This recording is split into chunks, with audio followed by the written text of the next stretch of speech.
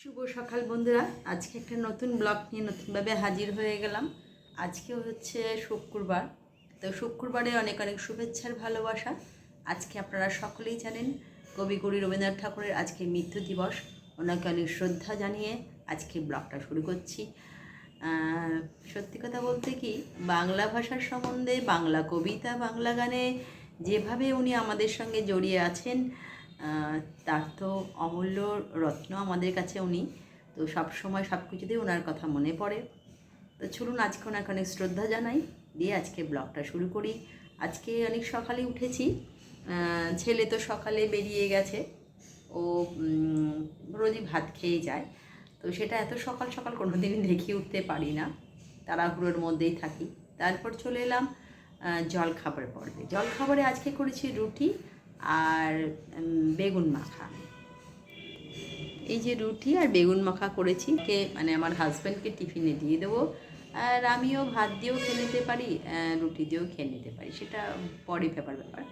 তবে আজকের দিনটা একটা ভালো দিন, কারণ আজকে শুক্রবার এলেই না আমার বেশ ভালো লাগে। কারণ শুক্রবার পরে শনি রবিটা একটু ছেলে বাবা দুজনেই বাড়িতে একটু সময় দেয়, মানে কি ছুটি থাকে বলেই দেয়। আর নিজেদের মধ্যে একটুখানি বেশ কথা বলা, গল্প করা, যে কোনো বিষয়ে আলোচনার বস্তুই হয়ে ওঠে। সেই জন্যে আমার ভালো লাগে। আর পড়ানোটা শনি রবিবার একটু কম থাকে। আর আজকে বাংলা মিডিয়ামে পরীক্ষা সব শেষ হয়ে যাচ্ছে 8 তারিখ, তার মানে আজকে বিকেলে ওরা কেউই আসবে না।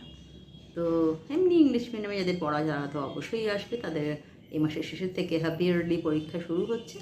তো চলুন, আপনাদের অনেক অনেক শুভেচ্ছা জানালাম। তারপর দুপুরে রান্না আছে, সমস্ত কিছুই করতে হবে এবং সেটা সমস্তই একা হাতে। তো চলুন, অনেক অনেক শুভেচ্ছা আর ভালোবাসা। চলে এলাম দুপুরে লাঞ্চ নিয়ে, আর হাজব্যান্ডও খেয়ে বেরিয়ে যাবে। আজকে মাছ টাছ কিছু করিনি, আর বৃষ্টি পড়ছিল, মাছ আনতে বারণই করেছিলাম। বলেছিলাম ডিম আছে ঘরে, বলেছিলাম ভেজে দেবো, বললো আজকে ডিম ভাজা ভালো লাগে না, রোজ তো মাছ ডিম খাচ্ছি, তো তুমি সাধারণ কিছু একটু করে দাও। তো তার জন্যে করেছি হচ্ছে গরম গরম ভাত, বেগুন ভাজা, এখানে টক ডাল করেছি, এটা আমার ওর দুজনে প্রিয়, আর এখানে আলু পটল মাখামাখা করেছি আর চাটনি। এটা দিয়ে আজকে দুপুরের লাঞ্চটা। ওয়েদারটা প্রচণ্ড খারাপ, পুরো মেঘলা আকাশ করে রয়েছে প্রত্যেকদিনকার নয়, আজকেও তার কোনো ব্যতিক্রম নেই, মুখটা বেজার করে রেখে দিয়েছে। তো চলুন, বেজার করেই থাকুক, আর আমার হাজব্যান্ডকে খাবারটা দিয়ে দিই, তারপর নিচে বসে চলে এলাম সন্ধেবেলায়। সবাই চলে এসছে, ছেলে বাবা দুজনেই চলে এসছে। তো যেটা নিয়ে প্রত্যেক দিন হচ্ছে চা, 3 কাপ চা নিয়ে চলে এসছি। চায়ের কালার সবসময় সুন্দর হয়, কেন চা যখন করি আমি, চায়ে কিন্তু সিক্রেট ব্যাপার সেটা হচ্ছে আমি কখনোই জল দিই না, একেবারে দুধের মধ্যেই চা দিয়ে আমি একবারই চা রাত সকালবেলা খাই আর বিকেলে একবার খাই, এরকম করেই খাই। আমার ভালো লাগে এরকম খেতে। যদি চা খাবো তো এরকম খাবো না, কিন্তু উচিত না এত গাঢ় গাঢ় চা, বা র চা খাওয়া ভালো, বা লিকার চা। সন্ধেবেলা একটু বেরোতে হবে, কালকে রাখি আছে, তার জন্য ছেলেকে সামনে বাড়ির একজন বোন পড়ায়, একটু টুকটাক দেখতে হবে কিছু একটা জিনিস। আর হচ্ছে কৃষ্ণর জন্য কালকে একটা রাখি কিনে আনতে হবে, কৃষ্ণ ঠাকুরকে একটা রাখি পরাতে হবে।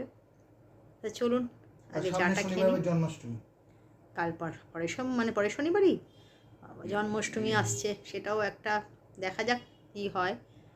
যেমন হবে, শরীর যেমন গতি দেবে সেরকমভাবেই করবো, অল্প অল্প করেই ঠাকুরের নামে দিয়ে দিই, যেমনটুকু ঠাকুর দিতে হয়। গোপাল ঠাকুর যখন আছে তখন সেইভাবেই দেবো অল্প একটু করে। তো চলুন চাটা খেয়ে নিই, তারপরে আপনাদের সাথে বেরিয়েছিলাম একটুখানি। তো ছেলে বেরোয়নি আজকে, আমি আর আমার হাজব্যান্ড দুজনেই বেরিয়েছিলাম। তো বেরিয়েই মাত্র ফিরেছি, আর টুকিটাকি কয়েকটা জিনিস কেনার ছিল। আর কালকে হচ্ছে রাখি বন্ধন, তাই আমার গোপালের জন্য একটা রাখি কিনতে গেছিলাম, একটু মিষ্টি নিলাম। আর কালকে আমার ছেলেকে আমাদের সামনেই, ফ্ল্যাটের সামনেই একজন আছে, ওর বোন ছোট্টবেলা থেকে ওকে মানে পড়ি, ওর হাতে রাখি বাঁধে, তো কালকেই ওকেও রাখি পরাবে, তার জন্য একটা গিফট কিনতে গেছিলাম। ওই যে ক্যাডবেরি সেলিব্রেশন যে বড়ো বড়োগুলো হয়, একটা কিনে নিয়ে এলাম। আর একটুখানি ঘুরে এলাম, অনেকদিন বাদে বেরিয়েছি, অনেকজনের সঙ্গে দেখা হলো রাস্তায়, খুব ভালো লাগলো। ওই যে একজন শুরু করে দিয়েছে, ওর জন্য আসার সময় যাচ্ছে ফুচকা নিয়ে এলাম। তো চলুন, সন্ধ্যাটা বেশ ভালোই কেটে গেল। বললাম না, অনেক সময় শুক্রবারটাও ভালো কাটে, শনিবারটাও ঠিকঠাক যায়। তবে কালকে ছাপিয়েছে। কালকে সকাল থেকে পড়ানো আছে, কিছু করার নেই। পরীক্ষা যেহেতু চলে আসছে, এ মাসের 25 তারিখ থেকে ইংলিশ মিডিয়ামে পরীক্ষা আরম্ভ হয়ে যাচ্ছে, টেকনো অ্যাবট সব স্কুলের, তাই কালকে পড়াতে যেতেই হবে। আর তার জন্যে সকাল সকাল উঠতে হবে। তো চলুন, পরে আবার আপনাদের সঙ্গে কথা হচ্ছে। চলে এলাম বন্ধুরা শুভরাত্রির রাত্রের ডিনার নিয়ে। তো চলুন, শুভরাত্রির ডিনারে আজ যেটা করেছি সেটা চটজলদি আগে দেখি। হচ্ছে এখানে চটপটা চিকেন করেছি, আর ছানার পায়েস নিয়ে এসেছি, আর হচ্ছে রুটি। এটাই হচ্ছে আজকে রাতের ডিনার। আজকে রাতের ডিনারটা একটু অন্যরকম। সকালে খুব সাদামিটে করেছিলাম এবং একদম কি বলবো, নিরামিষ ছিল সকালটা। আলু পটলের তরকারি ছিল, চাটনি ছিল, আর ডাল ছিল, আর বেগুন ভাজা ছিল। সকালের বাবার আমি দুজন মিলে খাওয়া হয়ে গেছে, কোনো চিন্তা নেই।